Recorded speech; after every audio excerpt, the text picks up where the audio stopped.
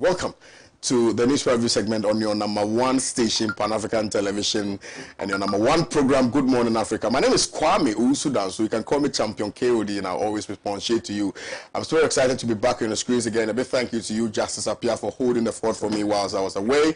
And I trust that, I believe that he did a very good job with that. But I'm back, and I'm excited to be back this morning. We're going to be continuing with that which we've always been doing on the show, primarily to bring you up to speed with what is transpiring on the continent and in Ghana. And specifically this morning, we're going to East Africa. Ethiopia is in the news. Ethiopia's Tigray region on verge of starvation. On the verge of starvation. I'm sure pretty much you know the backstory to this particular issue. We're going to be touching on that here on the morning show. Also, Supreme Court clears the way for Fix the Country's massive demonstration. Fix the Country massive demonstration. Supreme Court clears the way. But we're hearing that, you know, the police are still saying that, well, there's a case pending before the High Court. And my goodness, I don't know. Ghana police are disgracing us. A matter that has been decided upon by the highest court of the land. And you're saying there's a matter pending before the High Court, and therefore what? Therefore what? What are you saying? Again? Come again? You don't know. You don't know the law. Go and read the law. Unemployment could trigger extremism or extremism. Extremism. Unemployment could trigger extremism. And Dr. Marzouk appears to love this particular topic. Even before the start of the show, he started lamenting. We've been talking about this.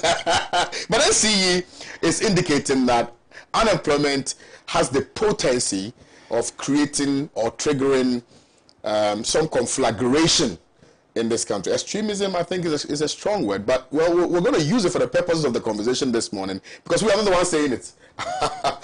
PDS deal, Mercer Appointments Committee freezes its approval.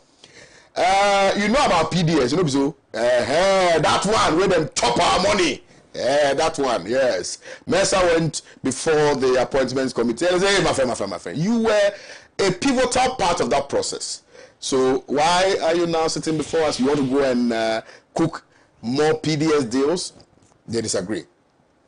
I don't know why they picked this story. I don't know the import of that story. We're not going to touch on that. Right, I'll be joined in the studios by the indefatigable, the lion of Wa Central, Honorable Hassan Rashid. Good morning. Good morning, I'm hearing some people say you are not going again, so they are lacing their boots. Tell them I said they shouldn't waste their money. No, you tell them. I know you can't tell them that. You tell them that Kwame Owusu also said I should tell you that you are wasting your money. I'm sure if they have some money, they should come and give me some because I have to pay my school fees. And they are going to waste their money like that. So they will win. And don't go beyond their diagnosis. Dr. Gokumoto with his laughter is also good morning. Look, listen, I'm the only one who has a unique laughter. Don't come and take it away from me.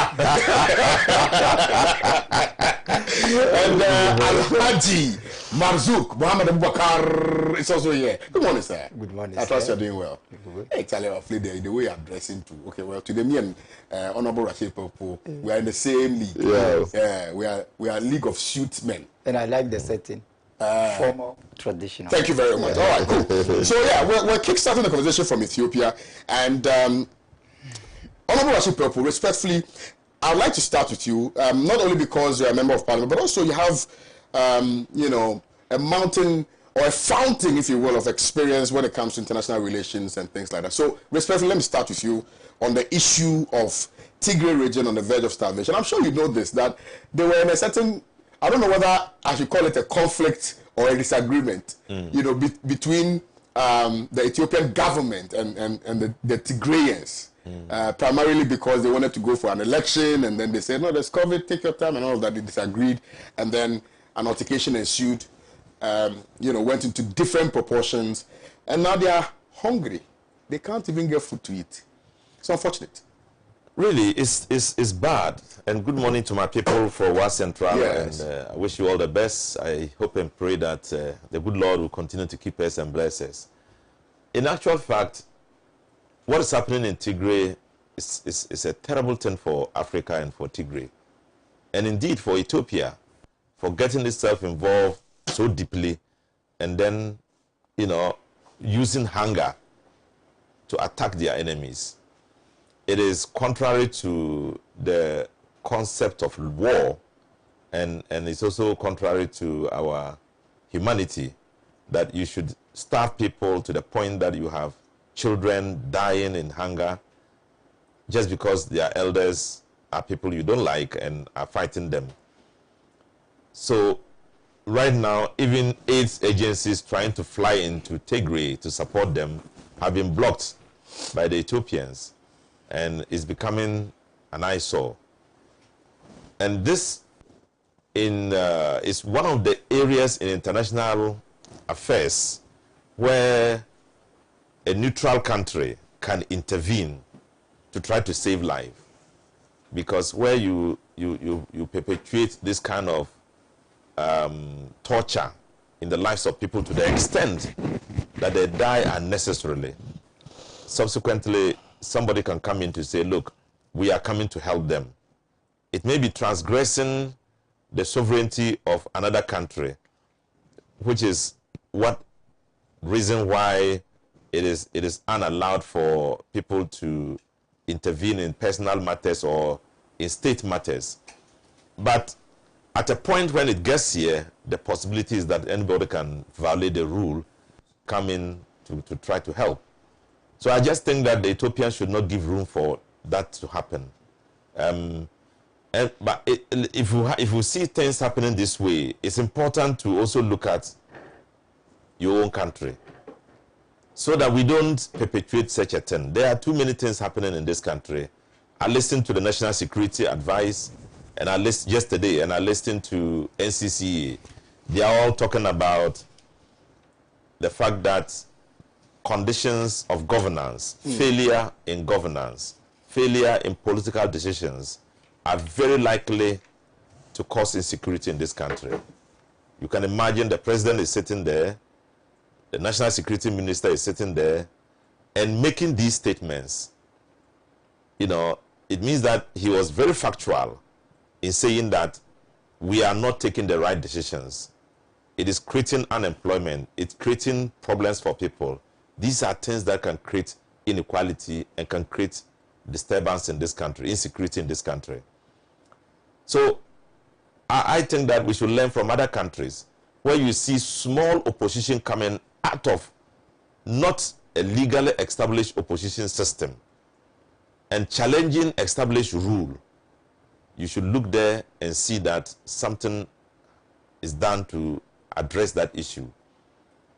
Because where you see people demonstrating their anger because of frustrations beyond their expectations or beyond their means, it means there's something going wrong with the system of administration.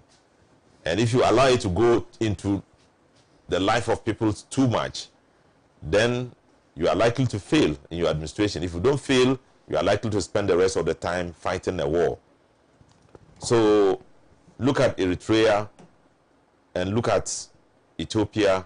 Let us use that to advise ourselves so that in Ghana, whatever the case is, it might not be the same situation as in Eritrea, where somebody wants to break away or establish their own system of administration, and then a bigger power says, no, you can't do that, you are a region, and then there's a conflict.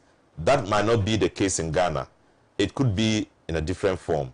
So let's use that as an example or as guidelines in which we can manage our country into being the prosperous, peaceful Ghana, the oasis of the region that we want it to be.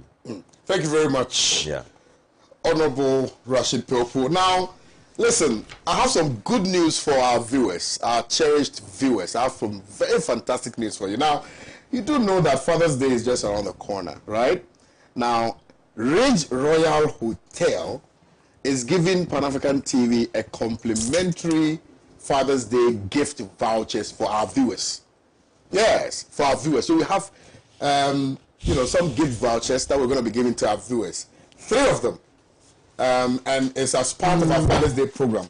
So we are offering 3 slots complimentary to our viewers to spend the Father's Day in a luxurious style in the plush Ridge Royal Hotel in Cape Coast.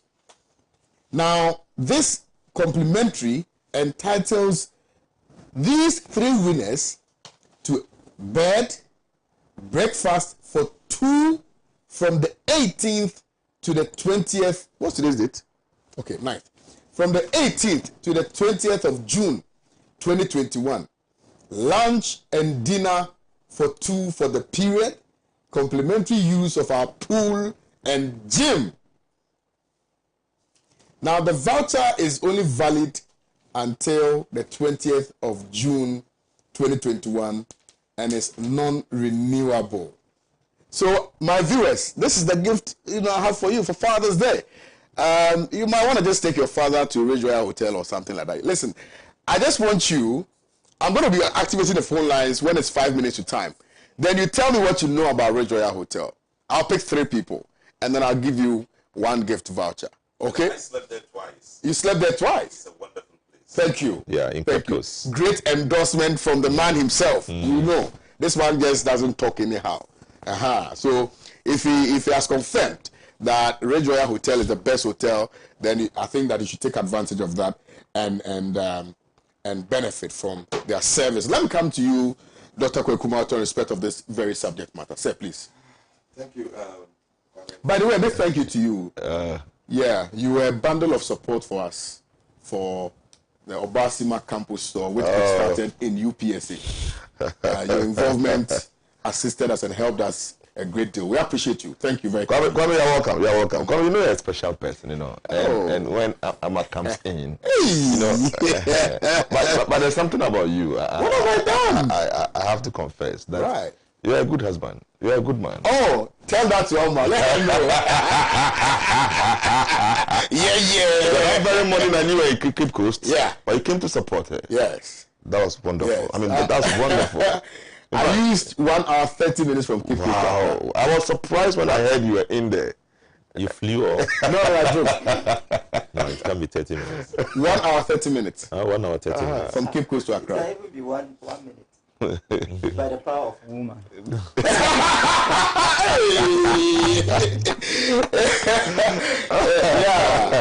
Yes, and I'm sure Honorable Rashid people would have used 30 minutes if were Madam.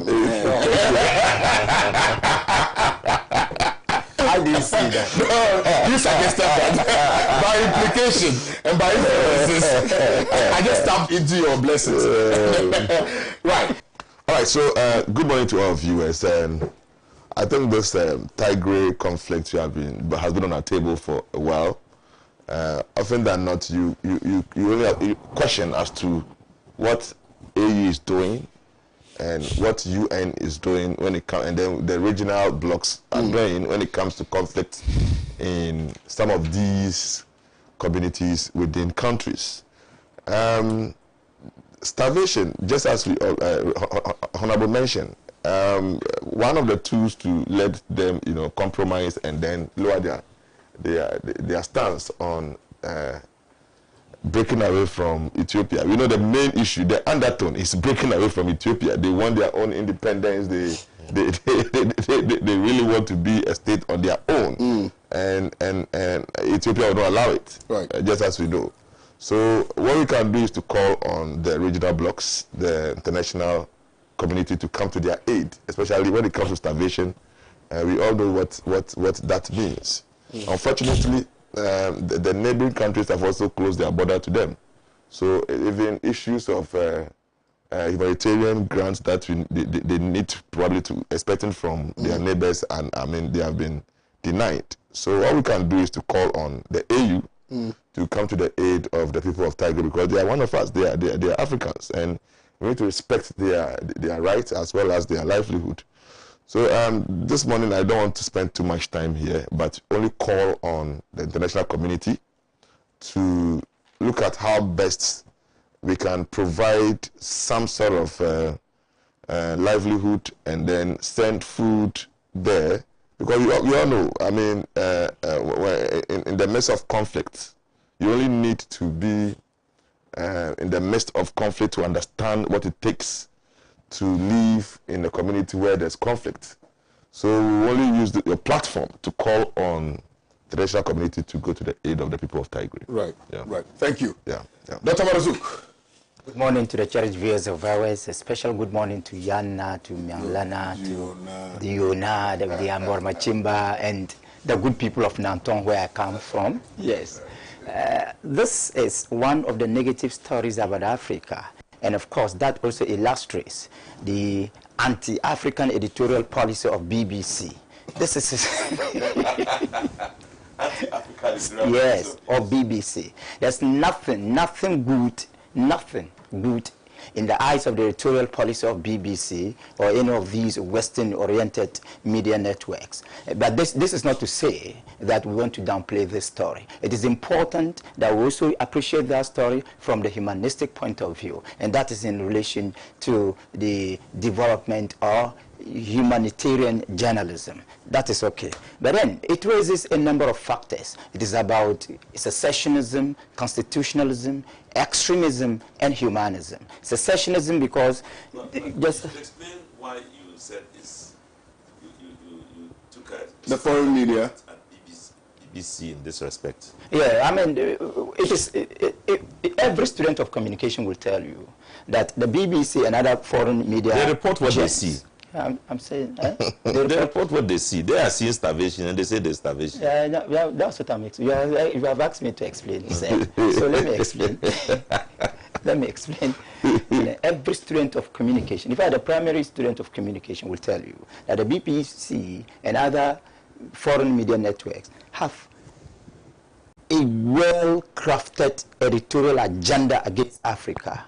We are not saying that they do not report on the good side of Africa, but if you quantify their reportage, and this is in literature, if you quantify their reportage, you realize that they are more interested in reporting on the negativity about Africa than on the positivity about Africa. And that's what I am saying, that yes, we are educating people and we are also being educated. It is not that the story is bad, but it is also that it is in line with its anti-African editorial policy. If you take the very good stories about Africa, for example, how many international networks, even including the BBC, have ever covered the efforts being made by Kantanka? How many of them? How many of them? None. But the moment you have any little thing negative about Africa, they will even overblow it. But you see local televisions and stations also reporting about it. Pardon? About Kantanka. About Kantanka, I think people on the continent, a few stations. I'm telling you. Only a few. Once a while. Yeah. When they are going to do something new, then you hear, what is that? People report on bad things. That's what happens in Ghana.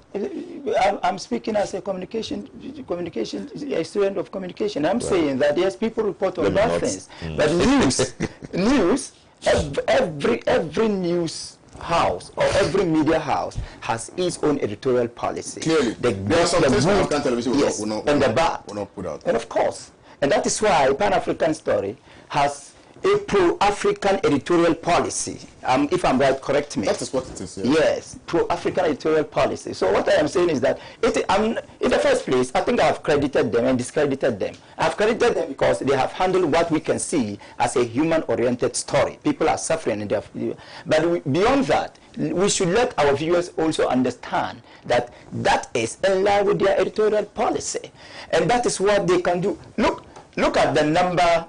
The kind of efforts being made. I know we have problems about our education. We have problems. We are not perfect. But when it came to the sex for grace, that is sexually transmitted grace, you know, you could see that BBC had to sponsor a project on that, right? To tell the world that our educational system is based on sexually transmitted grace, and we are more into negativity than positivity. We know we have problems. and tell me, how many good things have BBC and other media, foreign media houses supported on Africa? That is their editorial policy. So, Honorable, whilst you are an expert of international relations, I'm also a student of communication. And I'm speaking from experience and the academic pursuit. At least I've practiced journalism for more than 20 years. So I can speak on media. So when we say it is about secession, definitely, I mean, and if I'm wrong, correct me, because you are an expert of international relations. It is against international law for any country to secede. No sovereign country will allow any form of secession. And you are also a lawyer. I don't think secession can be justified in anything. So when we are tackling the issue, we should also look at the way secession should be handled. Let's look at history and learn from history. Secession never succeeded in Nigeria, and it led to the killings of many people. In fact, it led to a stage where we could describe the situation as genocidal, right? So that is not the case. So nations in Africa should also learn from secession. Of course, if it is good to be part of the country and fight for your right, then to try to, the moment you make any effort to secede, you lose a degree of international sympathy. And no one can save you, because the whole thing is that anybody who comes to save you will have to answer a question whether secessionism is right in the context of international law. So that is also a matter confronting this issue. Number two, it is about constitutionalism. Constitutionalism in the sense that the people tried to secede because they felt they were not given the opportunity to enjoy their constitutional rights. And I have always been saying that constitutional dictatorship is worse than military dictatorship. Absolutely. It is worse than military dictatorship because it gives the authorities the opportunity to manipulate the constitution and to justify illegalities, abuse of rights, abuse of human beings. So it is also a matter of constitutional dictatorship. Whilst the Tigray authorities could be blamed for secessionist tendencies, the government of Ethiopia can also be blamed severely for abuse of constitution or a form of constitutional tyranny. And I think all of us are learning, because there are countries that are regarded as a model of democracy in Africa. And I can tell you, these countries are systematically shifting into the arena of constitutional dictatorship. I think that the leaders of these countries should be, I didn't mention Ghana anyway. The leaders of these countries should learn a lesson. Two, it is about humanism. No matter what, we are dealing with human beings. Whether they want to secede or not, they are still human beings. I don't think, just as you have rightly said, that it is good in the context of humanity to use starvation as a tool of war. That is unacceptable. I don't see how we can justify it. And it is clear if you look at the story. It is a situation of not allowing the people of Tigray to get aid. And then beyond that, the pro-government forces go and attack them and take the little that they have. So don't get, and what you have, will come and take it. So that is serious starvation. And I think it is a weapon. It is strategy. It is deliberate weapon of war against the people of Tigray. That should not be allowed. Right. And in this case, I think I will join my colleague, Dr. Mauto, to call for an African solution. For an African solution. Yeah, for an African solution. And I think the African solution should tell the whole world that while we have Ethiopia as the home of AU, it should be an insult for Africa to fail to solve an internal problem of Ethiopia. Thank you very kindly. If you just joined us, you're watching the newspaper review segment here on your #1 station, Pan-African Television, with me, Kwame Owusu. So we've just dispatched with the African story. Now we're coming back to our country, because there are a number of issues which demand our attention. And definitely, we are going to be touching on those issues which demand our attention. And the Supreme Court of the land, the apex court of the land, has cleared the way for Fix the Country's massive demonstration that has been captured by the Insight newspaper. Also, unemployment could trigger extremism. NCCE study. PDS messes Mesa. Appointment committee freezes his approval. That has been captured by the Republic Press. Now, these are the stories that we're going to be touching on after this commercial break. Stay with us. Don't move a muscle.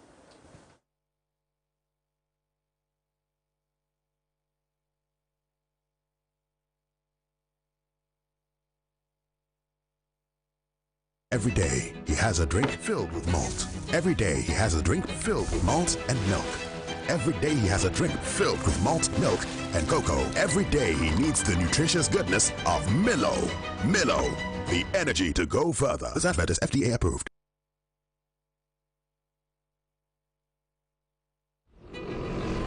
Every day, he looks after his brother and chases a bus. Every day he looks after his brother, chases a bus, and learns new things. Every day he looks after his brother, chases a bus, learns new things, and gets back home. Every day he looks after his brother, chases a bus, learns new things, gets back home, and helps his mom. Phew. That's why every day he needs his cup of Milo filled with the nutritious goodness of malt, milk, and cocoa. Milo, the energy to go further. From Nestle. This advert is FDA approved. Happy Father's Day to you. Ow, Ejapa.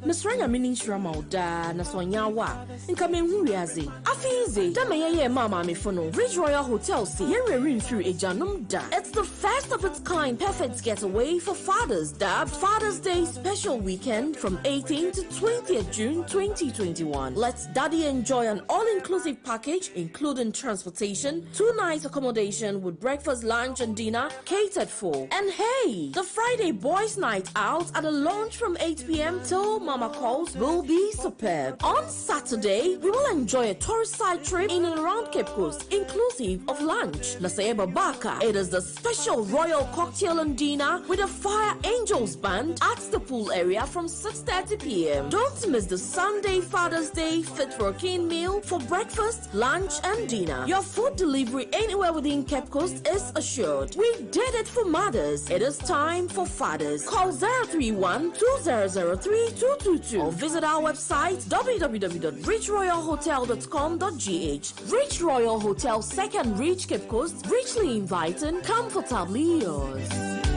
Happy Father's Day.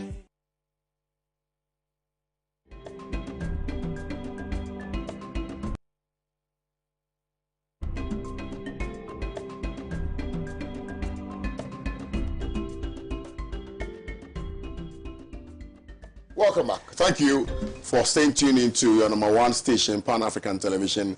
This is the newspaper review segment here on Good Morning Africa. And I must say that the panelists are disagreeing to agree and agreeing to disagree on this show. And it's very, very diplomatically done.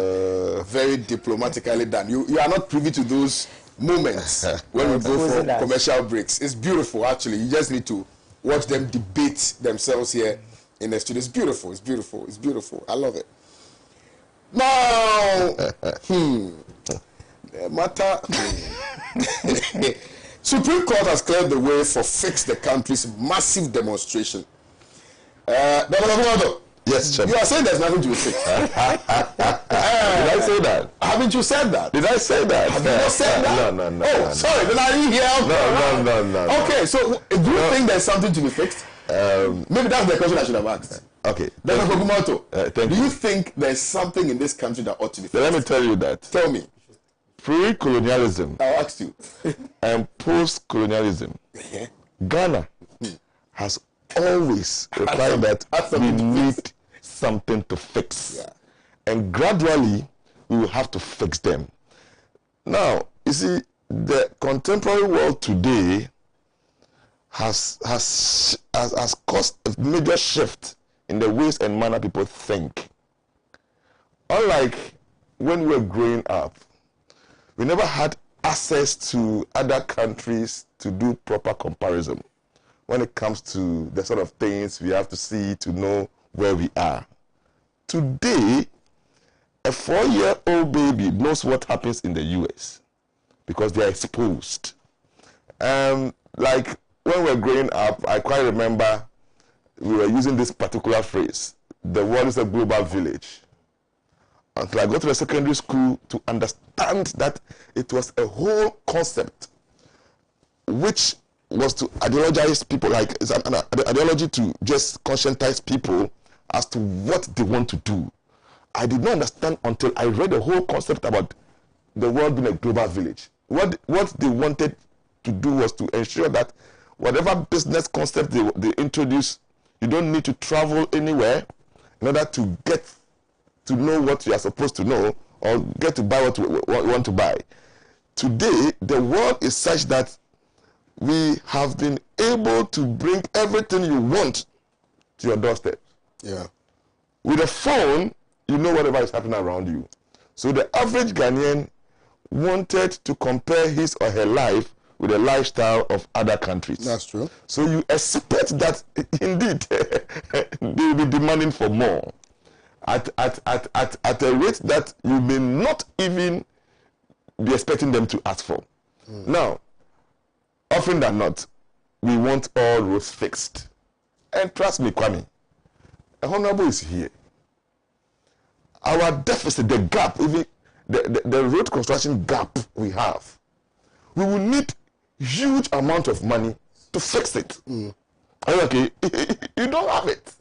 You don't have it. Now, we are talking about housing infrastructure. We have serious deficits. And the type of housing we need now, the average Ghanaian's appetite for luxurious houses as compared to the previous years is so high. And the more you have the avenue, the space to do comparison with other countries, then be ready to pay more, because your appetite to live in a certain environment has changed. Right. So for fixing the economy, in fact, once we fix the economy, it replicates in the country because it will be felt by each and everybody in the country. So for us, personally, I think successive governments have tried in fixing this country. So it is not, I don't think this is out of place for the youth of this country to call for the fixing of the economy. It's something that I quite remember very well. Honorable His Excellency Bawumia and Nana Dankwa Akufo-Addo called for that the economy must be fixed.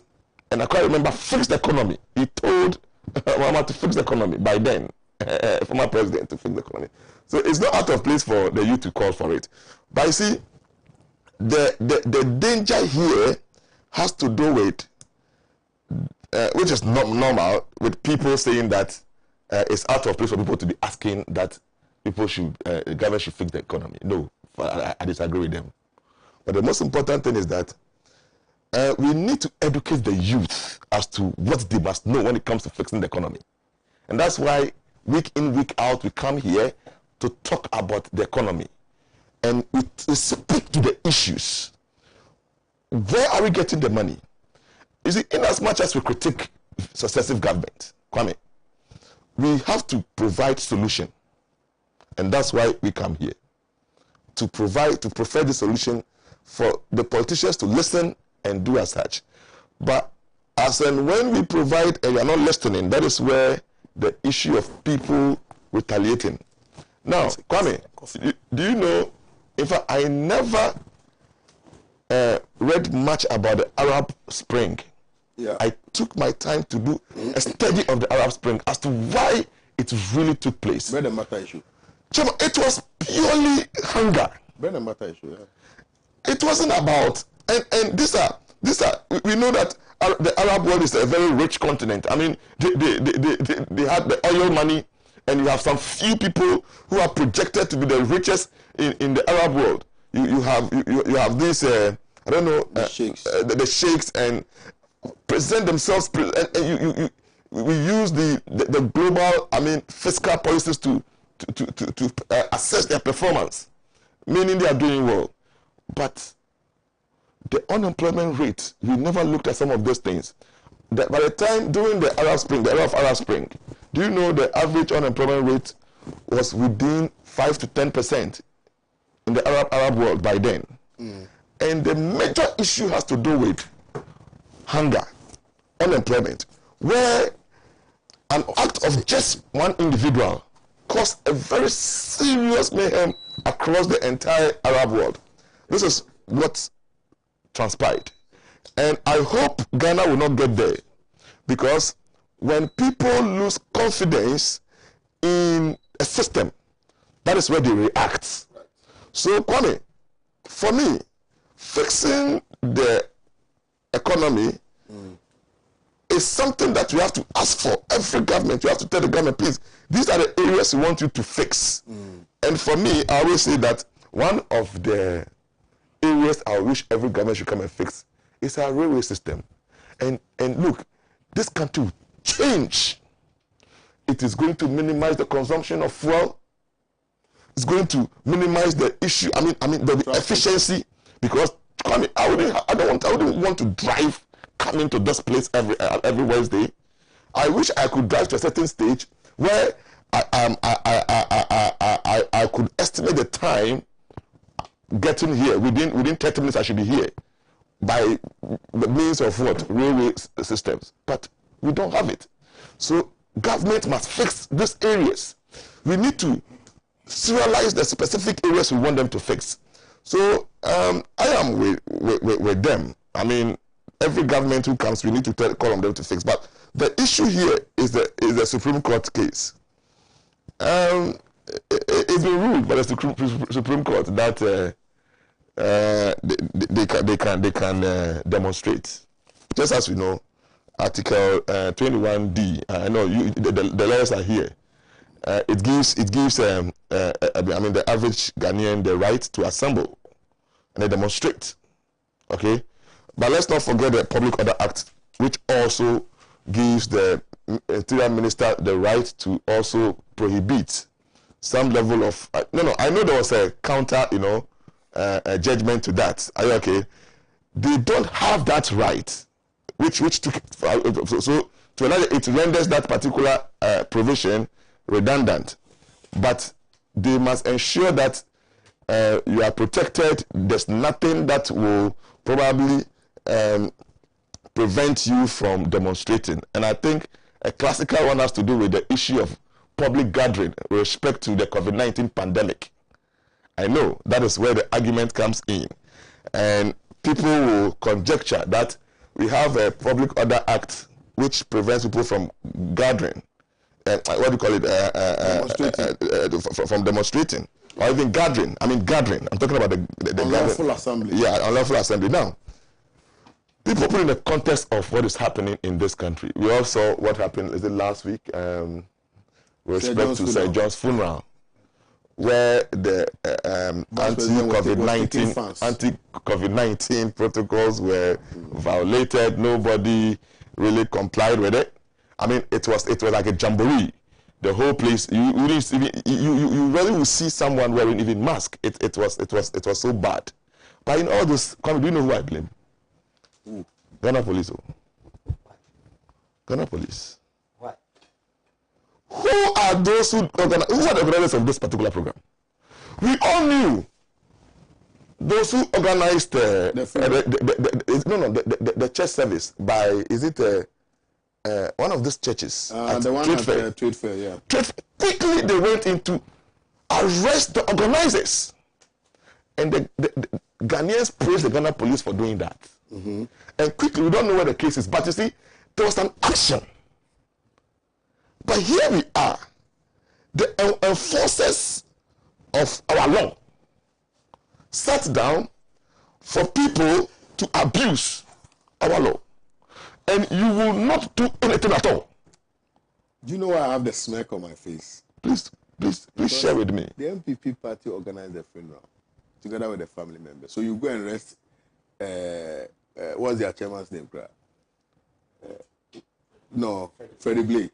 Or you go and arrest the general secretary, John Bodu. You think that the Ghana police? Kwame, which law bars what do you call it? Ghana police from arresting That is anyone? in the ideal situation. Yes, Kwame, it's idealistic. Kwame, I think I don't want to accept that a political party will organize funeral for a family. Mm-hmm. A family held a funeral. Oh no, I'm not saying. I said that. You said no. I said because he's from a political party. Thank you. That political party respects the man and Thank what you. the contribution, he's made to the country and then to the party. I'm saying that whatever it is that the family is going to do, the party will also play a role. Okay. When former President J.J. Rawlings died, he also has a family. Yeah. But it was a state that organized the funeral. Yeah. So, but the case of President Rawlings is different. I'm just trying to but you see, yeah. Let's even admit that is me, okay? Let's admit that. Look, there were organizers, non-organizers. Even check the obituary. We have organizers. By now, we would have had people arrested, and then being questioned as to why they did not ensure that the COVID-19 protocols were complied with.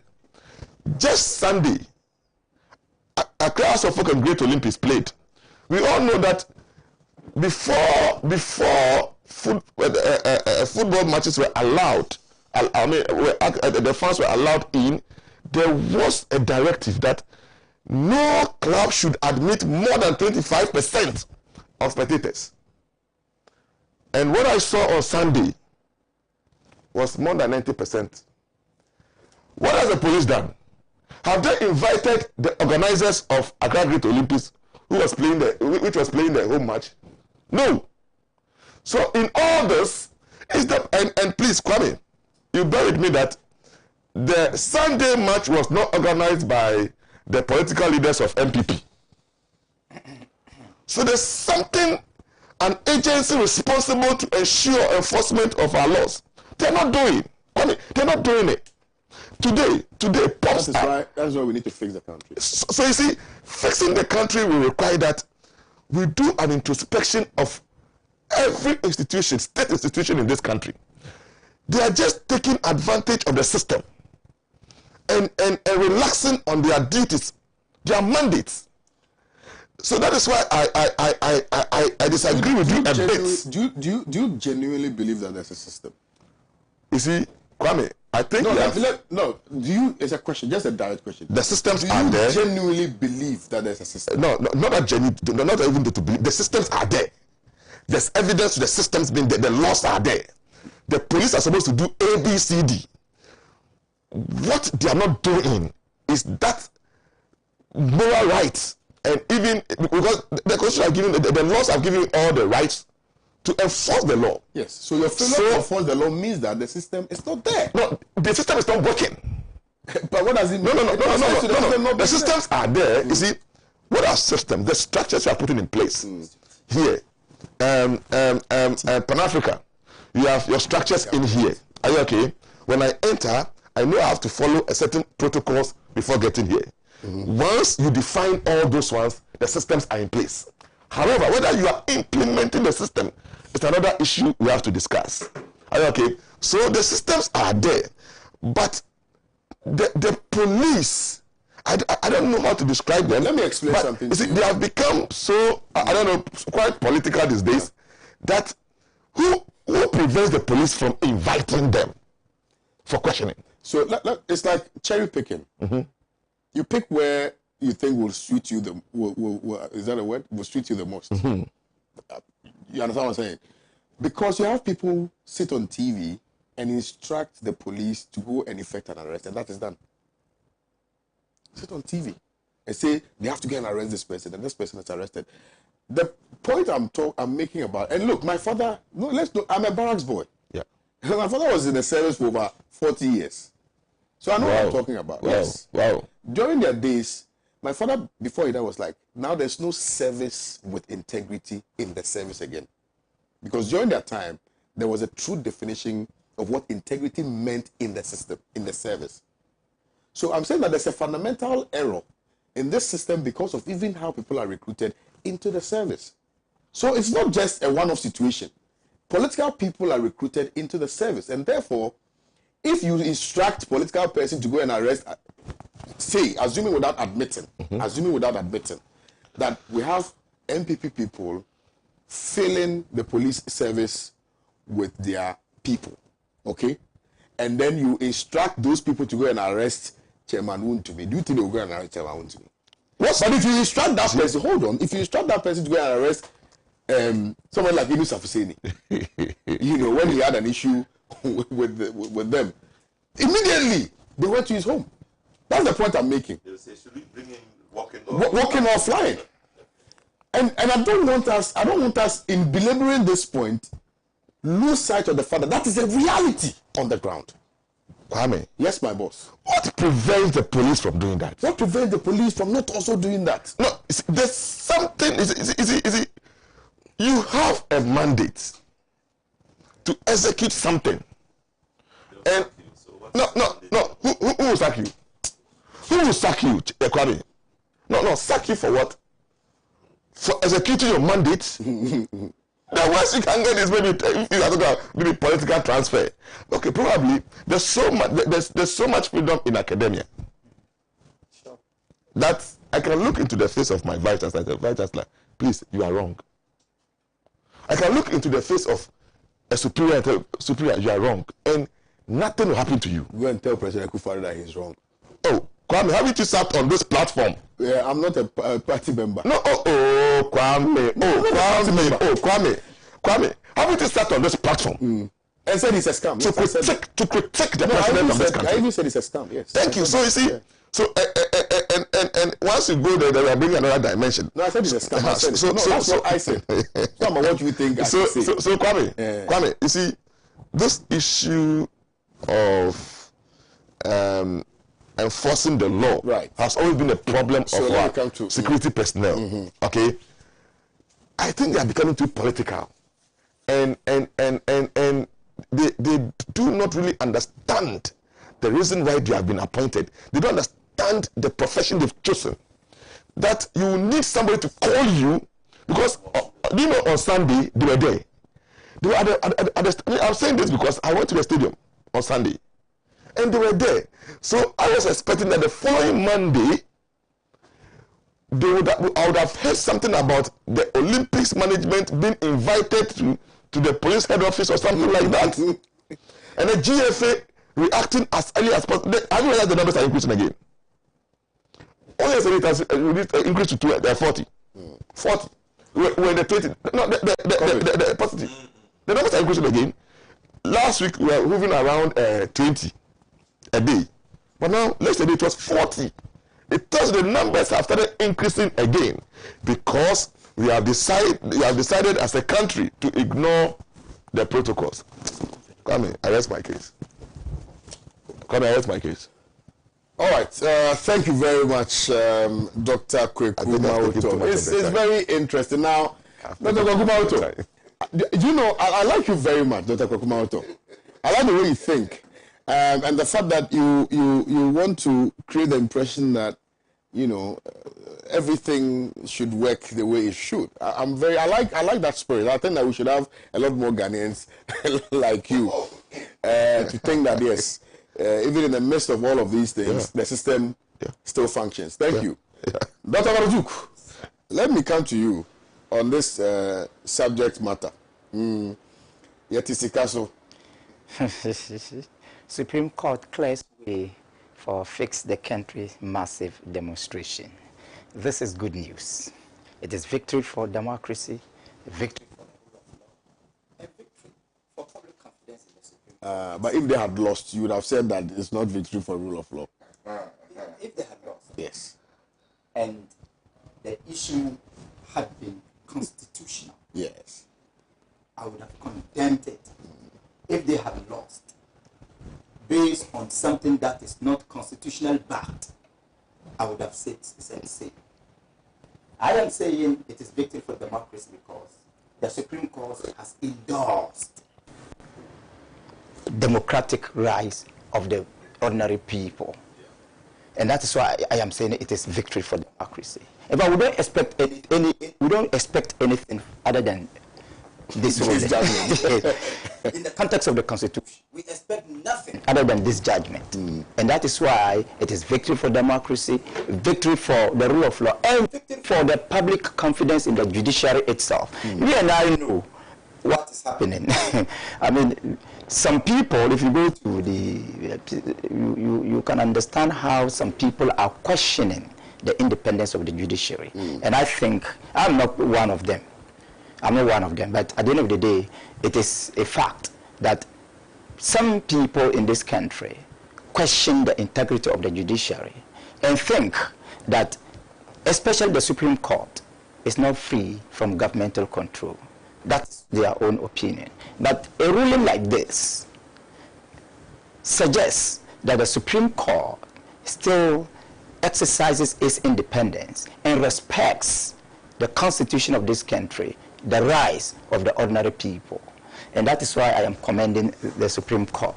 But then we should try as much as possible to understand that even without the Supreme Court, demonstration is a legitimate tool of expressing dissent in every civilized democratic state.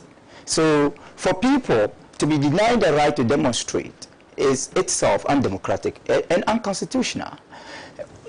So many theories have been propounded in relation to this. One of the theories is that such a gathering will be against the law on COVID, on public gathering. And I'm saying that, yes, it is in the interest of the nation. Of course, health of the nation is more important than anything. And life is as important as livelihood. So I respect that law. I think that, yes, if that law is indeed to protect the health of the ordinary people, then all of us must respect it.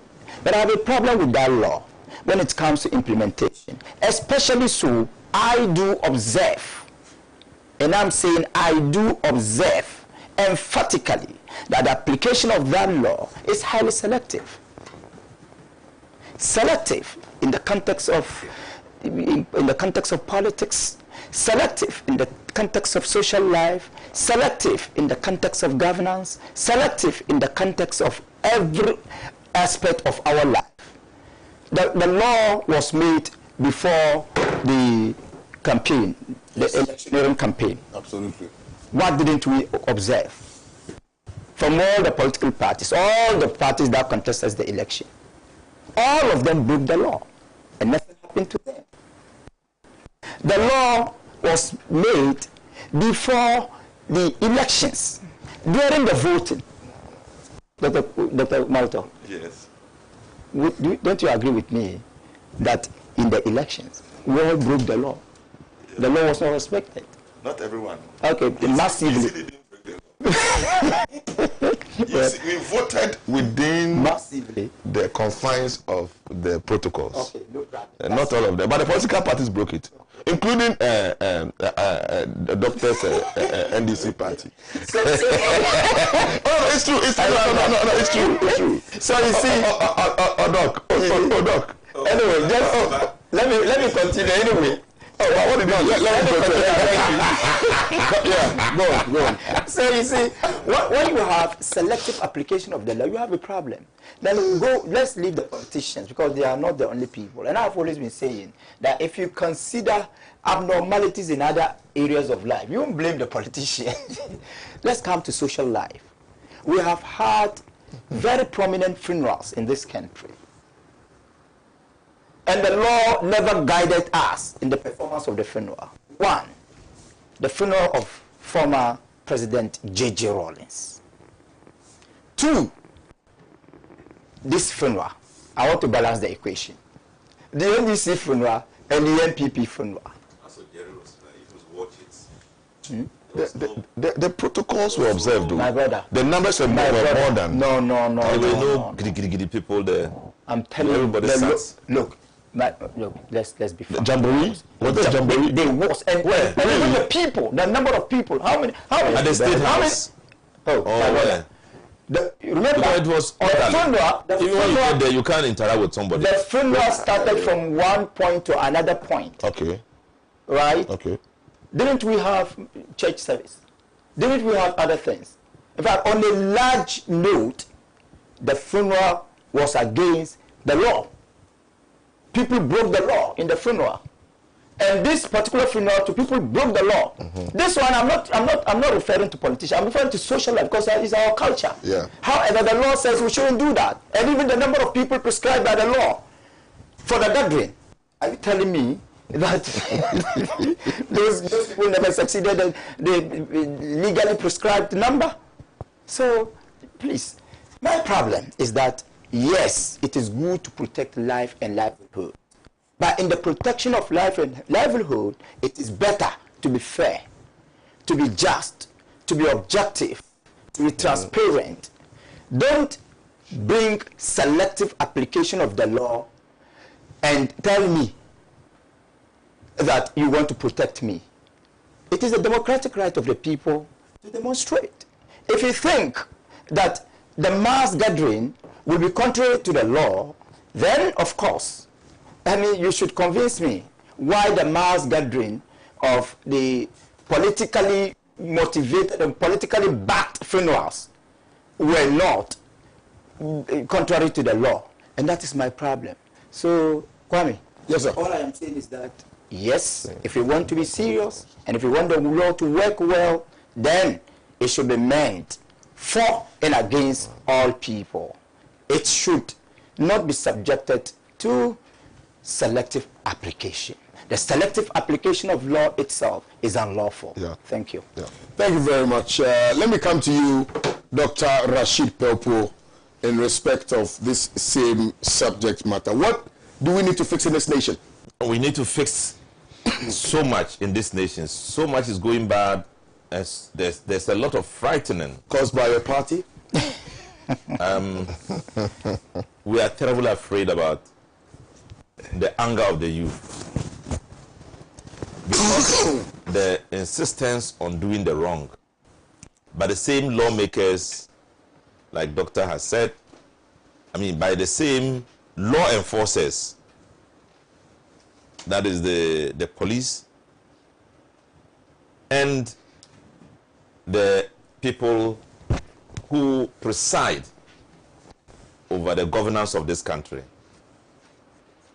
And the consistency is taking an assumption that can explode at any one point or the other.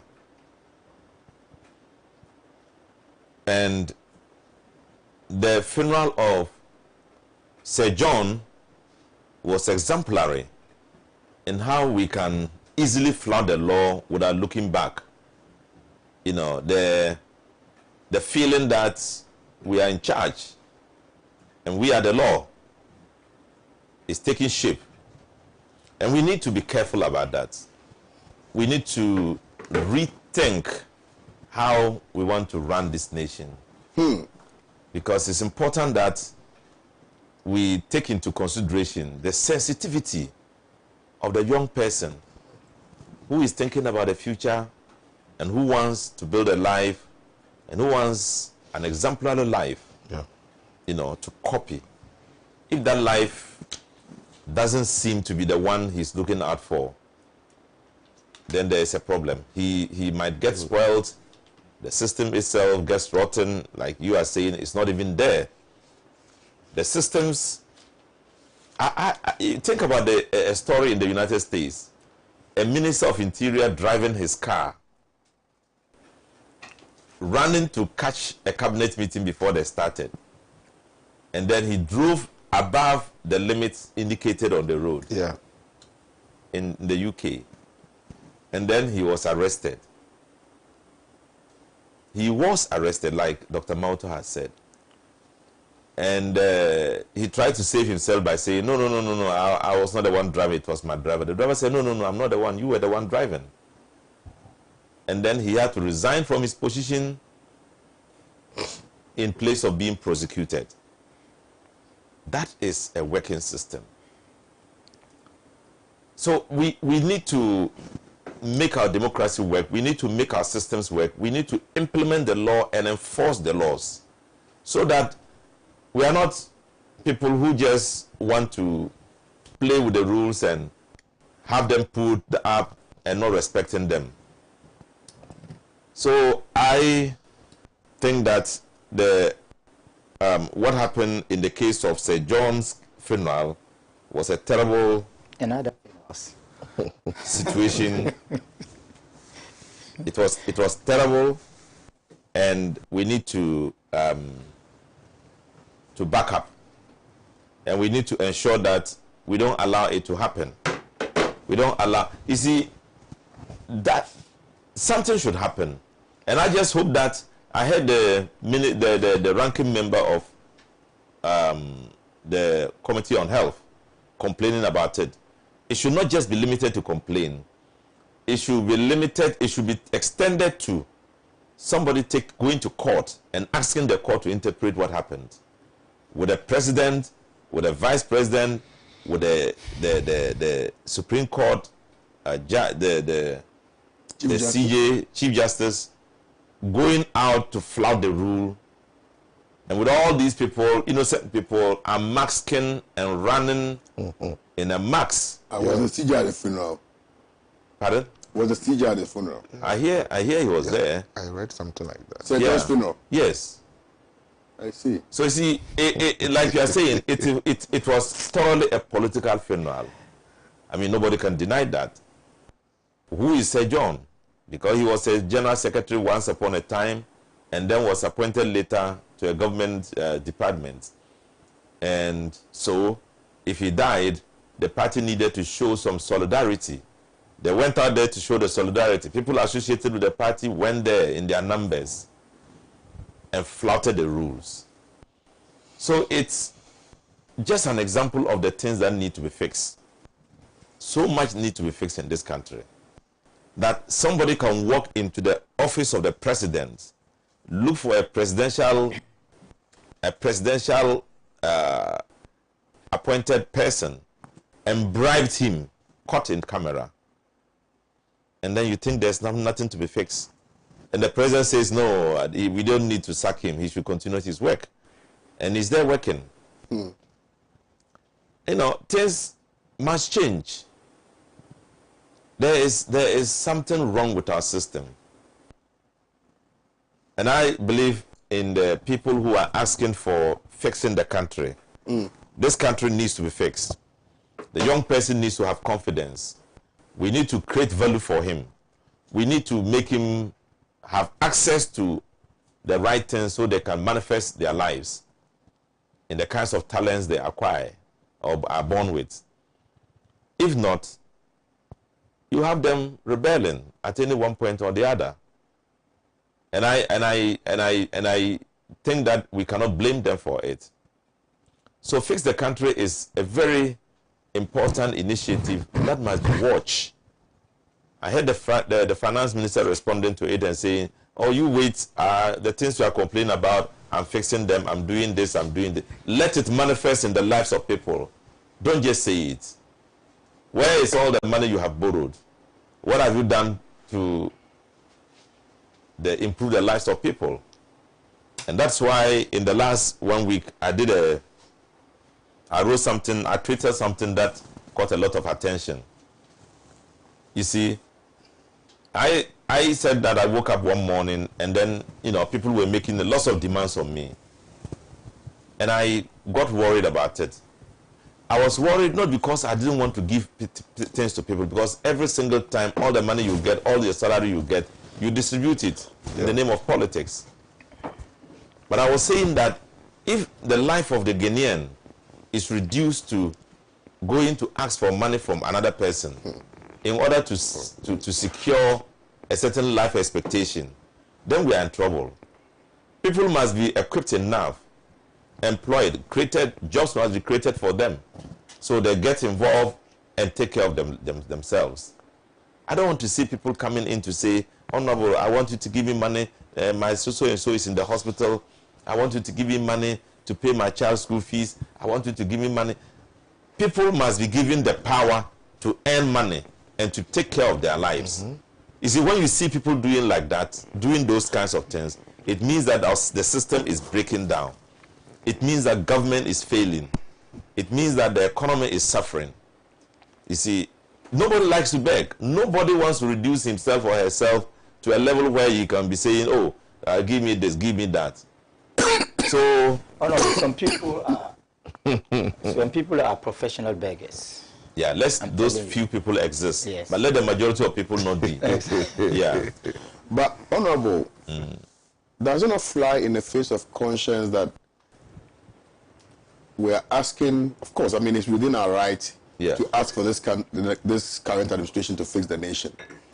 But also that all of you are complicit in this regard. All of you. They're very complicit. All of the politicians, all of the successive governments we've had are complicit in the culmination of events that we're experiencing now. All of you. Right from J.J. Rawlings to Nana Addo Dankwa Akufo-Addo, all of you, you've done absolutely nothing at ensuring that the life of the young Ghanaian will be well positioned. You see, you have spoken beautifully about empowering people so that they will be economically independent, so that they will not come to politicians to come and ask for money. This thing that you are talking about, it didn't start today. What did you do about it? This is a perennial issue. Of course, we can't go back into time and correct all those things, right? But I'm only pointing this out to you so that in the event that you come back to power, you will not fail the good people of Ghana again. Because I believe that you have failed the good people of Ghana. Somehow, I accept everything you are saying about politicians not doing enough. But it's not to say that they have done nothing. So much has been done. Sure. And but we have an increasing population that needs more support and that needs more innovative involvement of government. So that if you, in the Rawlings regime, started a project that created jobs for so many people, in the Rawlings regime, in order to tackle this situation, they selected key business people and granted them loans to create something in this country. But so in that same Rawlings regime, the introduction of the diversity implementation also collapsed businesses. That's a fact. No, you are speculating. I'm not speculating. Let me explain something to you. I've really read on this. Yeah. It doesn't mean that when you have a regime that is trying to help people, that same regime cannot make mistakes. And it does happen everywhere. But I'm explaining to you that when people come out to support, you see the manifestation of the support. But I'm saying also that you who are saying and complain about a politician are also a problem. Because in order for a politician to work, you must push him, like fix the country. They are doing so well. If you don't have young people who will rise up and say, look, we want our country to be fixed. Fix the country. If you cannot rise and complain, and you hail them for doing that, you know, people are hailing all the politicians who have had some monies, built some houses. They are hailing them, and they worship them, and they stand for elections. They are the ones who win because they are the ones who give. That is the problem of the man on the street, and that is his fault. Every one of us, the politician, the man walking on the street, the rich guy, the business guy, we must begin to reconsider what a country is and what our roles are in this country. Or else it's terrible. I'm not saying we can alleviate or ameliorate the sufferings of people or alleviate poverty completely. Yeah. But you and I also are aware that the very reason why people always kowtow to the whims and caprices of political leaders is because they've been consistently left impoverished by the creation of the politician. That is a fact. Keep them poor so that every 4 years you go and give them chicken change and then they will vote for you. That is what it is. And that's the cycle. That has been the cycle. No, I think that's this issue is a truism. But beyond that is the fact that we want to suggest something to happen. And that's what the Fix the Country is all about. You see, so when we go back and still complain, it means we are not moving forward. No. So I'm saying that... Do you know the beauty about the Fix the Country demonstration? The beauty about the Fix the Country demonstration is not primarily predicated on just the current happenings within this administration. Yeah. It is an amalgamation of things which have happened in the past, which in the estimation of the organizers and the generality of Ghanaians have brought us to this point. So for instance, you recall that when we were hit with Danso, former President Mahama was quick to make an indication that it was not as a result of his, quote, mismanagement of that sector, but it was a accumulation of previous government's inability to address that particular issue, which is why we're here. So it cannot be a one-stop shop. No, but I think it's a that's very real issue. You see, when you look at the present administration, you look at the complaints today, it is because of today we are complaining about today. I like that. Yeah, because if I come to power and I tell you that, look, the past is bad, the loans they are taking, they are not doing much of it, let's change the system, and I decide to give you power to change the system, and you have made the thing worse, I will complain not about the past because it's past, but about the present. And that is why the complaints are against the present administration. And it is abstracting the course of events when you leave the present challenges we are facing and you go pointing at the past. Because when you get people to do the right thing now, it will manifest in tomorrow's life and it will change the trajectory of how events occur in the life of the politician. But where every single time you want to move forward, then you are drawn back to saying that, oh, but you also did this, you also did this. It's a failure of circumstances of analysis of what we want to do. Yes. So I want to suggest that once we have a group of young people who rise to say that, look, let's fix this country, and they can be consistent about it, it doesn't matter who comes next, you must always fix the country. Yep. When John Mahama came, the situation in this country was so bad. We needed infrastructure to reflect to reflect a middle-level income economy. And he decided that, look, the most important thing is to get people to have the infrastructure to work. There were no hospitals enough. Look at Rich, how it used to look like. No regional hospitals. You have to carry people to the next hospital in Kumasi or to Accra. So he decided, let's fix the hospitals, let's fix the roads, let's do the bridges, let's get things happen so that people can have confidence living in Ghana and can have confidence also believing in themselves. That's exactly what he started doing. And today everybody is crying that, look, why did we vote out John? The man was doing well. Let us continue in that line of development, that you look at something in the system and begin to fix that system. If you fix it, the next person will fix the other one. What is it that, in your estimation, I don't want you to continue with the but, what is it that, in your estimation or your thinking, ought to be fixed in this current administration? We need to fix the system. The system doesn't work. Let me explain to you. Explain to me. I want to understand this. You said that fixing doesn't exist. Yes, I said it doesn't exist. I agree with. I knew that you knew the system. Right. Now, one of the things that we need to fix is to make sure the law is enforced. Absolutely. We don't have enforcement of the law. The police are willing to take small bribes. This small thing that I'm talking about is the definition of all our failure. The police will take small things on the streets and let people go. And that people can then flout the rules the more. Number two, the politician who is supposed to make sure the right thing is done joins in the flouting of the rules. Number three, the money. Money defines a state. The economy defines a state. Money is everything. That money is constantly stolen by the people who are supposed to rule. And we have little to do. They say, go to court. You don't even have the means to go to court. And if you go to court, they have reasons to tell you they didn't steal the money. And yet we know they steal the money. So much loans have been taken. So little have been achieved. People want to know why. And then you can't even question. You don't have the capacity, the ability to do it. So monies are leaking every single day out of the system. The last one is that we have not been inspired enough to create value, to manufacture out of the products we have here. Gold, painfully, is still exported raw. Cocoa is still exported raw. Our oil is still exported raw. And so we just sit here, people just do some additions to it, bring it back here, and then we buy at high prices and continue to be poor. Now, the next thing you do is that because you continually are poor, you go for loans. And once you go for loans, you are increasing your levels of dependency.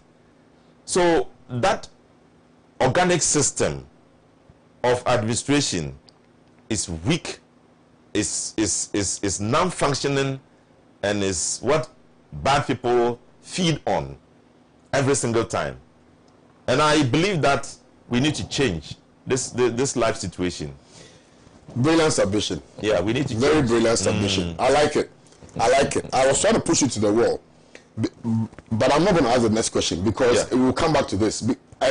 Because my thinking, and of course I stand to be corrected on this platform, I'm not, the sole repository of ideas. But my thinking is that all the things which have been spoken about by Honorable are things which were spoken about in the past, for which reason governments have been changed successively. That's my only worry, right? That everything that Honorable is talking about, if you're talking about loans, for instance, right? We go for loans. We've always gone for loans. If you're talking about the fact that we export cocoa in its raw form, we've always been doing that. If you're talking about the fact that oil is exported in its raw form, we've always been doing that. If you're talking about importation exceeding exportation, we've always been doing that. If you're talking about the fact that we have not invested hugely in the agricultural sector, it has always been the case. So clearly, there's a fundamental error, and until we begin to understand the foundational blocks upon which fundamental error is presiding on, then we cannot make a headway. That's my problem. Because in the end, yes, we'll demonstrate, fix the country. Okay, we've thronged the streets of Accra. We have expressed ourselves through the demonstration. But then what next? What happens? Reforms. Reforms. Reforms? Yeah. Kwame. Honorable, hold on. This let Dr. Rashid Pepe end this, and then I promise I'll come to you. Okay, all right. Doc. Yeah, so essentially we have a problem, and the problem is that the whole system has to be innovated, and we need to get people to think right. Kwame, there are two things that if we start doing them right now, things are going to change. You see, the way we dress to offices, we need to change that. People dress anyhow and they go to office. They think that they are not senior people, so they dress anyhow. Key issue. You see the streets, how we throw things on the street, and the street is bad, ugly, nasty, is bad. You see how people go to the beach to shit there, it's terrible. You see the things they do outside and think that it doesn't matter, they matter. And so all these work into a humanity in our country that doesn't care about itself. You see what happens in the prison? I hear today, now the prisons are getting infected with COVID, and so the double track system has gone there. The track system has gone to the prison. Some people who sleep for 4 hours or 3 hours, they wake up them, I come and stand here. There are other people who also go and sleep. Because the place is so crowded. Why are we not building new places? You see, so everything seems to be non-existent. It's like we don't care about whatever is happening. The streets are bad, they are nasty, they are dirty. People are fine, they choke, gutters are choked. People dress anyhow, they steal your money, you don't care. You praise them for stealing your money. You have your exports going raw, nobody cares. And every other thing appears to be normal. Unless we begin to change the mentality of the Ghanaian and the leadership. In fact, the ordinary person becomes the leader. If he doesn't change and you move into leadership, you will have a system like that. Absolutely. And I just pray that young people begin questioning these things so we can change the system. Beautiful submission. Thank you. Dr. Omoto, I'm coming to you, and then Dr. Mazuka, I also come to you. But Dr. Kokomoto, over the weekend, you are very much aware that I went to Cape Coast, right? Yeah. Then, Dr. Rashid, something happened. There was a woman and a man. I went to my father's house in Mankasim. So I had just packed, so I was coming out of the car. Then I heard a man and a woman talking, having a conversation, so I was just eavesdropping. Then the woman said, I heard Accra is flooded again, just after a short downpour.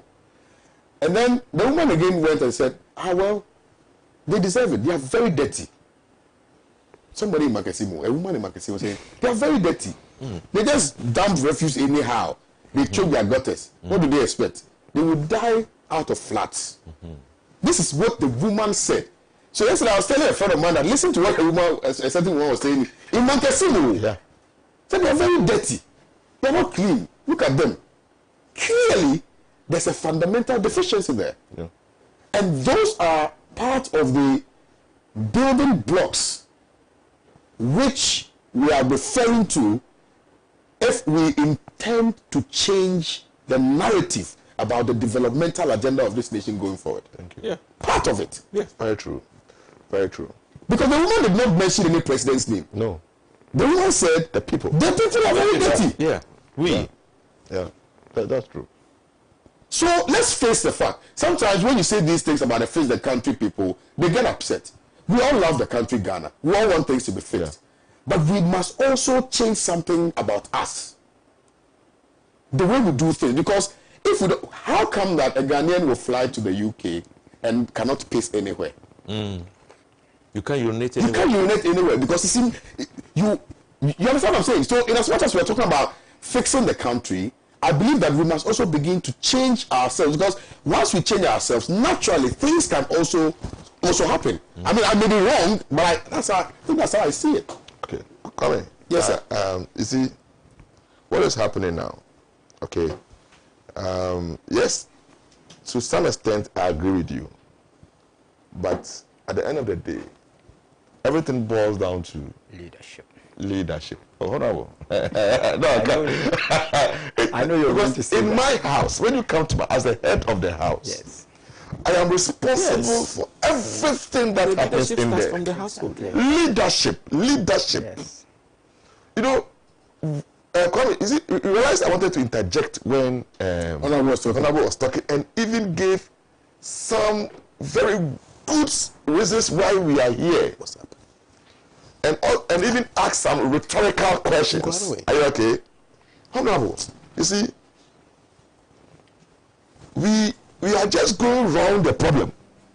We know the solution. We are just going round the problem as if we solve it halfway, people are happy, and then we move on. Chairman, coming from a typical academic background, one of the major problems of this country is capacity, knowledge. Let's admit that we don't have it. How much has any of this government invested into research and development in this country? Over the years. In fact, you can pick a budget, a national budget, and you cannot quantify any amount, any serious amount that has been committed and budgeted for research and development. Kwame, you don't use propaganda to convert cocoa into finished products. You need research and development. People must research into cocoa and know how to convert them into finished products. Absolutely. And export it with value. Yes. What proportion of our cocoa is processed in Ghana? The byproduct of cocoa, numerous. Kwame, how much have the leadership of this country invested in the processing of our crude oil? We have a very minimal capacity for it's not still active. What proportion of our crude oil do they process in Ghana? These are all issues of capacity which requires investment. And until successive governments appreciate the need to spend money on Ghanaians to develop our raw materials, convert the raw materials to finished products, will continue to go around. Because when you sell raw material to another country, I mean, the side effect is that you are creating jobs for that country. When the Chinese buy our gold, just an ounce of gold, what it means is that when it goes to China, the goldsmith in China probably would have employed about 2 or 3 workers who now process the gold into finished product, jewelry. They would have created jobs, they would have created value, they would add their margins to it and export it back to Ghana. But when you look at the value chain, we benefited from only one channel of the value chain, the raw products. The raw product. So you see, when the politicians normally come and tell us these are the problems, we expect them to give us solutions. I mean, it's that simple. That was it. Anyway, so let me come to it, because there's also the unemployment. Let me pick your mind on these matters again. That we are calling for fix the country, fix the country, fix the country. Yes, we, express our emotions through the demonstration, but then what next? I mean, he's calling for reforms. But reforms in which areas are we talking about? Are we talking about if we're talking about, I mean, people have started asking for us to review the Constitution, and that it has outlived its usefulness. In some, in fact, even in the UK, where we did our LLB and things like that, every single time the laws are changing. Yes. Every single time. Yes. Even in Rwanda, every day the law changes. Kwame. So why is it that ours is like etched in stone? Yeah. You cannot alter it. You cannot do anything to it. You cannot change it. And then it's the way it is. Bible. It has outlived its usefulness, to be honest. I mean, because the current generation, the current crop of people that are emerging are ones who are even, more advanced than all these things that we see. So I believe that the times that we are in must have a corresponding constitution that is to address the fundamental and teaching challenges. I'm with you. So maybe we must start from there. Yeah. Once we review the constitution, then once we make the laws biting enough, perhaps we'll be able to see some semblance of change that we're looking for, sir. Thank you. You see, it's important. Kwame. Yes, sir. The fundamental difference between a human society and the animal kingdom is reasoning. And through reasoning, we ensure attitudinal change. Fix the country, legitimate demand. Fix your attitude, also legitimate. When you talk of laws that are biting, Kwame, with all due respect, I disagree with you. And I can give you an example. I think the law on vigilantism is much more biting than any other law. But after that law, what haven't we witnessed? An attack on the judiciary, an attack on political opponents, an attack on innocent people by the same vigilantes. And this law is weak enough to call these people to order because of our attitude towards politics. So reasoning. And when I mention reasoning, my academic colleague will be with me because he talks about research and other areas of capacity building. Yeah. These areas are impossible without reasoning. In fact, if you use emotions, you cannot at all conduct any meaningful research. No. If you use emotions, you cannot at all ensure any form of capacity building. So it is reasoning. Kwame, it is because of the reasoning that human life is not regulated by almost every aspect of law. In fact, the law does not regulate all aspects of human life because the law expects you to be reasonable. And in that case, the law doesn't expect you to drink poison or to put food into your anus. And that is why the law will not regulate your eating. But the law expects you to be reasonable. And that is why we need to change our attitude. The attitudinal change should be in relation to politics and governance, in relation to ordinary social life, in relation to religion, because religion plays an important role in our politics and governance, even though we remain a secular democratic state. In relation to our culture and tradition. Yeah. I agree with you perfectly that our constitution that has lived for more than 2 decades is subject to review.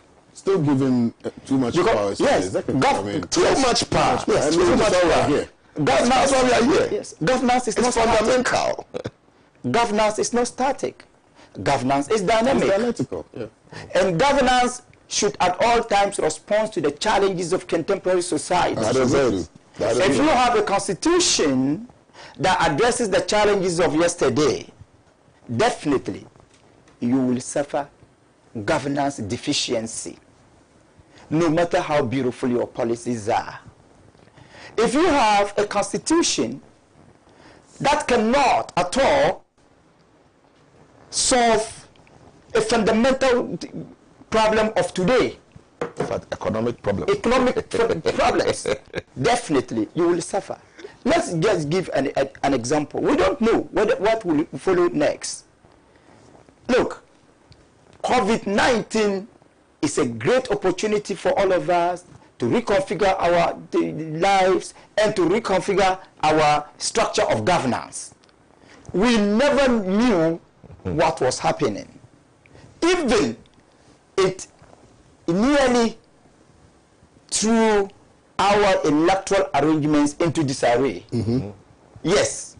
And we had so many people trying to educate us on the possibility of not holding the elections, the aftermath, the consequences, and all those things.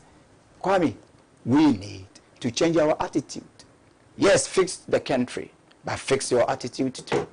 Fix the country, fix your education. Right. Fix the country, fix your economy. Right. Fix the country, fix your health. Right, thank you very much, Dr. Marzuk. You're still watching the News Review segment on the #1 station, Pan-African Television. A special good morning going out to all my silent viewers. I know that there are a number of them who are watching me this morning. A special one to you, Uncle KK Pratt. I know you're watching me this morning. A special good morning to you. And to all our cherished viewers from across the length and breadth of this country. Like I indicated to you at the start of the show, we are giving away 3 vouchers to our wonderful viewers. So get your phones ready. I'm going to be activating the phone lines in just a matter of 5 minutes before the end of the show. So you can place a call to us. All you need to do is to share with me, if you have ever visited Ridge Royal Hotel, the experiences that you had. Share them with me on the show. Sorry, I beg your pardon. Share them with me on the show. And then we will review that and find out whether it merits a voucher to be given to you. So yeah, we're going to be giving out vouchers for Father's Day here on the morning show, and we're doing this in partnership with Ridge Royal Hotel. This voucher is specific to the morning show. Yeah, so for those of you who are watching the morning show right now, you are at an advantage. You are the ones who are going to be benefiting from the 3 vouchers that we're going to be giving. Now, it comes with a bed for 2. Breakfast and breakfast, lunch, and also you can use the gym and the pool. Yeah, so make sure that I'm gonna activate the phone line. So when you call, tell me what you know about Ridge Royal Hotel. I'll ask you a few questions, like where it's located, you know, the facility, what you know about the facility, and who the general manager is. So yeah, do your homework. I'm going to be activating the phone lines pretty shortly. Now, there's one final issue that I want us to discuss. So it's a topic that I'm very passionate about. Unemployment in this country. I think we've had this conversation before. Yeah. I think on 2 separate occasions. I think we had this conversation on this platform. Now, NCC has finally found its voice. National Communication on Civic Education has finally found its voice and has come out with a study, which study is purporting to suggest that unemployment could trigger extremism. Now, I think that, you know, sometimes when we talk on the show, I don't know whether they watch us or they don't watch us or they don't listen. But we've indicated clearly, severally on this show, that unemployment has become a national issue, national security issue. And it must be looked at from that perspective. Because if you look at the rate of unemployment in this country, is unbelievable, you know, and something ought to give, something ought to happen with immediacy. Now, let me start with you, Dr. Marzouk on the issue of unemployment. Really, it's a big issue, and to the extent also that we know the number of students that I'm sure the number has increased. This figure has been, I think we've overused it. That we churn out 200,000 students. I'm sure now we churn out more than 200,000 students every year, right? These people find their way into the system. Nothing is happening. No entrepreneurial opportunities out there. System is choked. The pipe is always choked. We don't have any enabling environment for business to grow, etc. So they all come in and they add up to the unemployment percentage we have in this nation. How do we surmount this issue? Because clearly, this, as has been indicated by all of us before, and augmented by the study from NCCE, clearly has the potency of triggering some extremism. Thank you. This is an amalgamation of happiness and sadness. Sadness because it is about a bitter reality, and that is unemployment. Happiness because it has now been endorsed by the NCCE. And I thank the NCCE for at least understanding the issue and submitting a scientific proof of it. That's what Dr. Kokumauta likes. Always, where's the size? Yes, scientific proof. NCCE is not just a mere institution. This is a constitutionally mandated body, and it is responsible for education of the citizen, civic education. So when NCCE goes beyond the mere observation to generate the scientific data on the dangers of unemployment in this country, then we should all be celebrating. And I thank the NCCE for that. All right.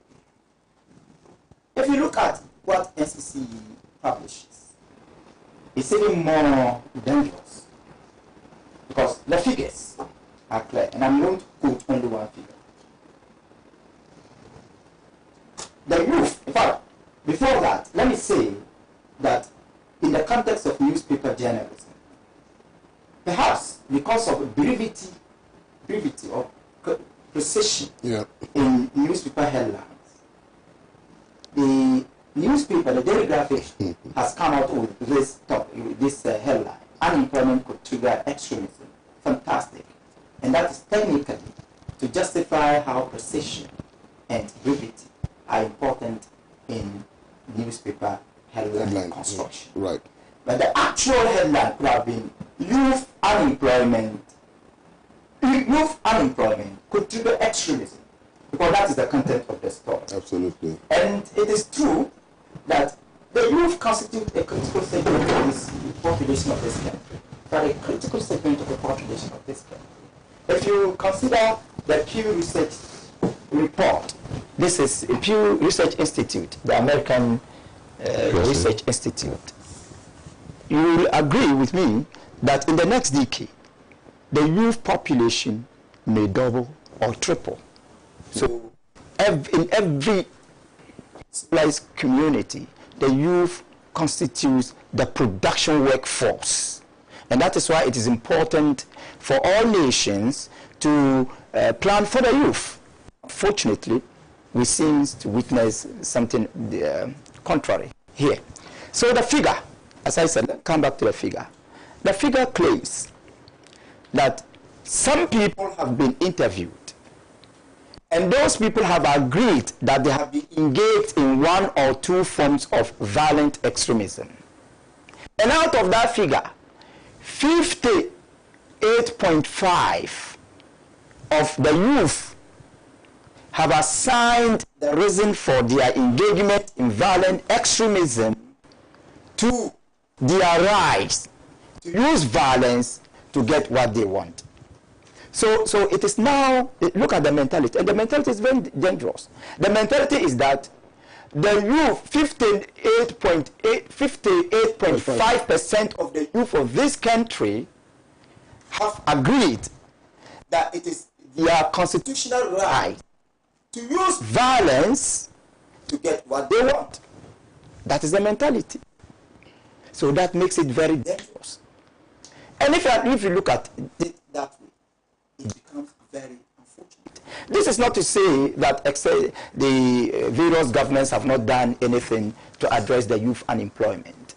But the NDC did its part. The NPP has also initiated a lot of youth employment interventions. NAPCO is one example.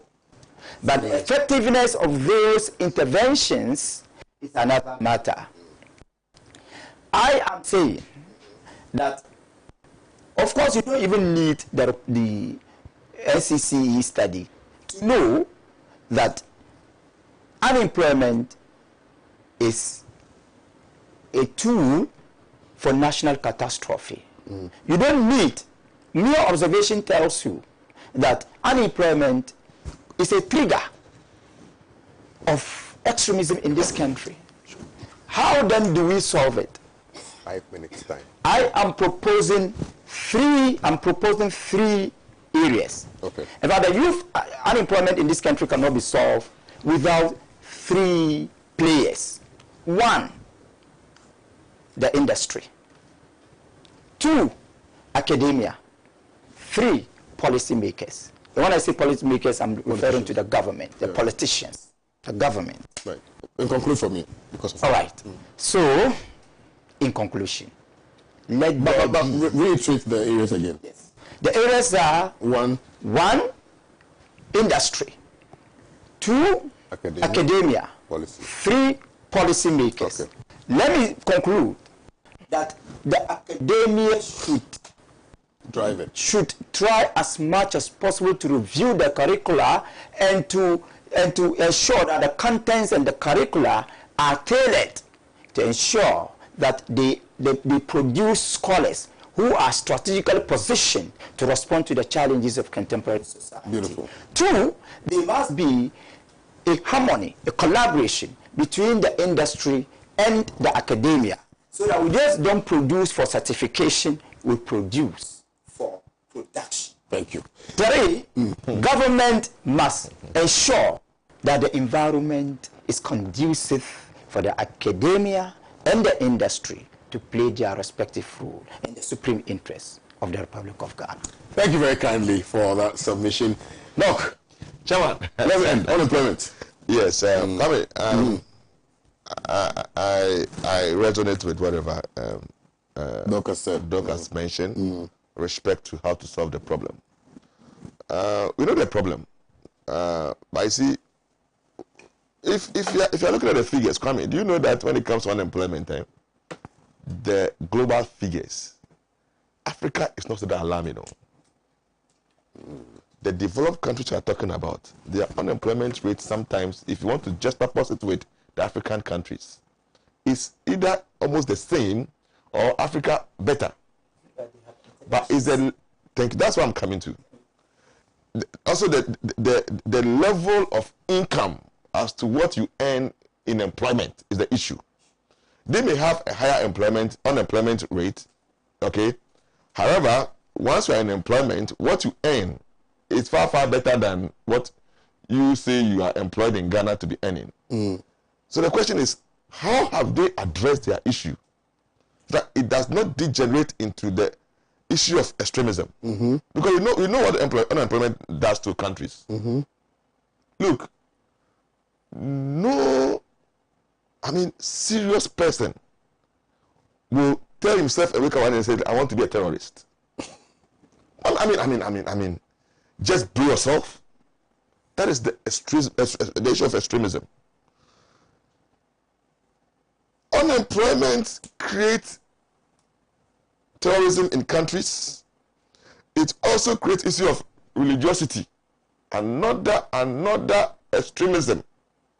When people have nothing to do, what they do is that they will look out for a way out. And religion is another tool they have been using.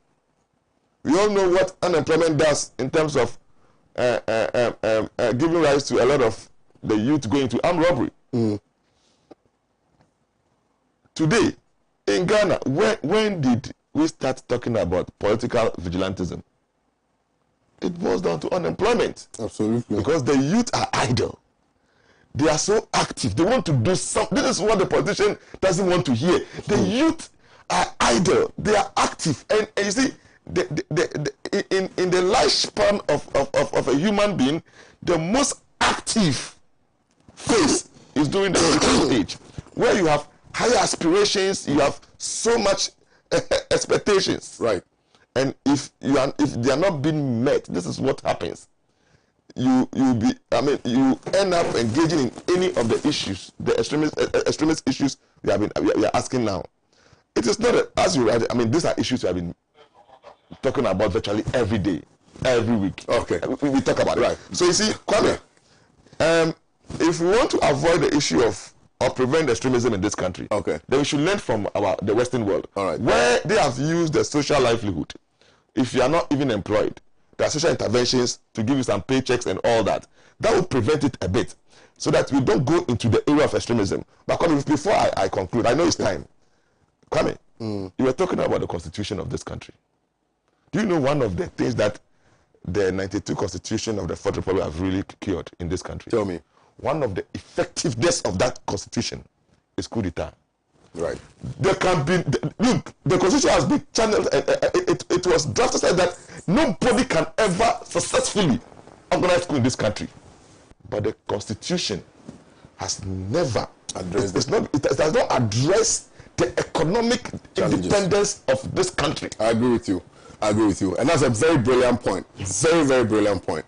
Right. So you want to conclude? No, I'm done. You're done. Fantastic. Thank you very much. I know it's time. Right, absolutely. Yeah. I told the viewers that I was going to activate the phone lines primarily for you to call and share some wonderful stories about your father. And then if those stories it will be judged by myself and my two panelists to find out which of the stories can win a ticket, well, a voucher actually, to the plush Ridge Royal Hotel in Cape Coast. Also, you'd have to tell me a little bit about Ridge Royal Hotel, and then you tell me about a little bit of a story. You know, just share a beautiful story about your dad, and what makes him the best dad in the world, and then we'll give you a voucher. We have just 3 vouchers, all going to our viewers. Provided you can use it where you are, make sure you call now. I'm told people have started calling. So let's pick a few calls. We will determine who deserves the ticket. Hello? Can you check the sound? I'm sure probably is off. You check. Yeah.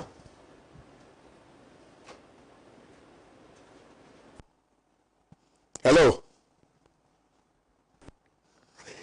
If you don't let my viewers call, they will beat me. Anyway, let me try reading a few messages before. Hi, good morning. Hello. Good morning. Hello? Good morning, sir. How are you, sir? Fine, thank you, sir. Yeah, what's your name and where are you calling me from? I am Bonaventure. I'm Kwame, sir. Where are you calling me from? Kumasi. Kumasi, yeah. So tell me a little story about, you just have like a few seconds. Why is your dad the best dad in the world? What makes him the best dad is he's not my blood father. Okay. But right.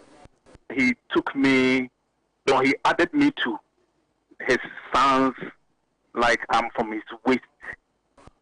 He did everything that he did for his children as if I'm part of his children. Right. He's my mom's big brother, though, that he calls me my son. That kills me.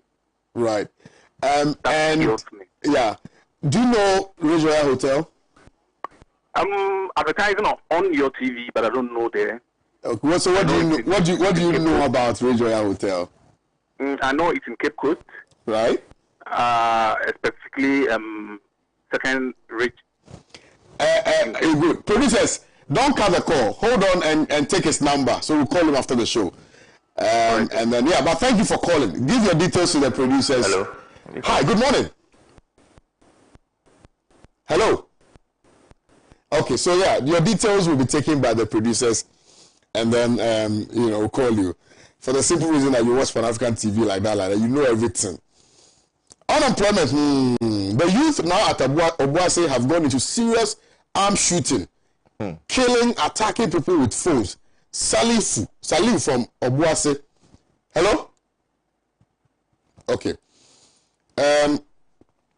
This one says, good morning to you, Kwame. I disagree with you that the previous government should be blamed for our problems. Oh, you didn't listen to me, Johnny. Oh, my brother. It was a collective decision that NDC was not doing well, so we voted them out. And those claimed they have the magic one. Yeah, but Johnny, that's not what I said in precision. That's not what I said. Yeah. Hello, good morning, sir. Hello? Oh, hello. Okay, so Johnny from Adenta sent us this one. I will blame the leadership first before anyone. Saying this, the father, being the head of the family, need to buy dustbin to maintain cleanliness, needs to know when and type of car to buy for his wife, the amount of money to invest, etc. So if he fails to manage... Hi, good morning.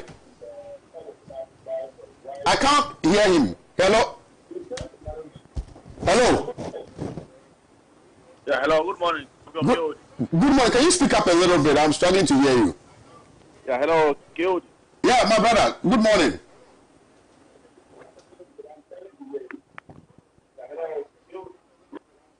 What's your name and where are you calling me from, please? There's echo. I think they should check this. It's very low. I can't hear him, Adam. So check from there.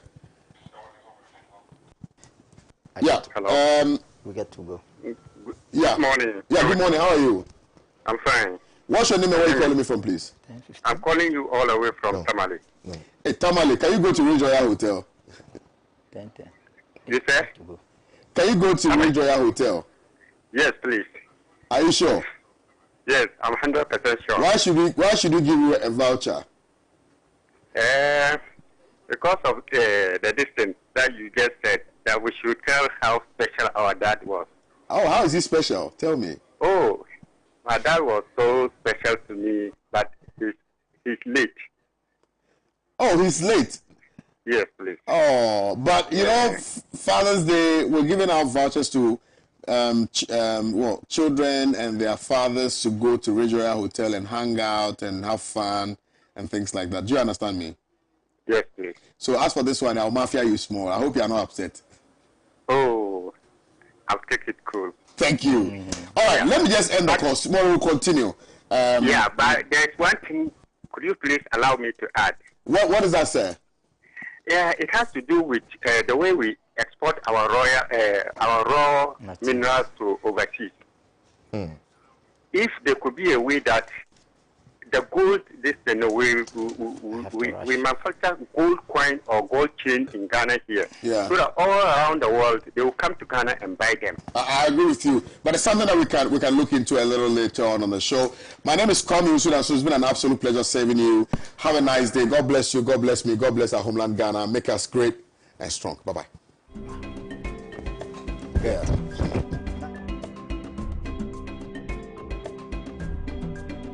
Happy Father's Day to you. Ow, Ejapa. Nasranya ministra mauda na sonyawa. Nka menhu wiaze. Afize, da meye mama me fono. Ridge Royal Hotel si yenre rin through ejanum da. It's the first of its kind perfect getaway for fathers, dubbed Father's Day special weekend from 18th to 20th June 2021. Let's daddy enjoy an all-inclusive package including transportation, 2 nights accommodation with breakfast, lunch and dinner catered for. And hey, the Friday boys night out at a launch from 8 p.m. till Mama calls will be superb. On Saturday, we will enjoy a tourist side trip in and around Cape Coast, inclusive of lunch. Nasayeba Baka, it is the special royal cocktail and dinner with a Fire Angels band at the pool area from 6:30 p.m. Don't miss the Sunday Father's Day fit working meal for breakfast, lunch, and dinner. Your food delivery anywhere within Cape Coast is assured. We did it for mothers. It is time for fathers. Call 031-2003-222 or visit our website www.richroyalhotel.com.gh. Rich Royal Hotel, second Reach Cape Coast, richly inviting, comfortably yours. Happy Father's Day to you.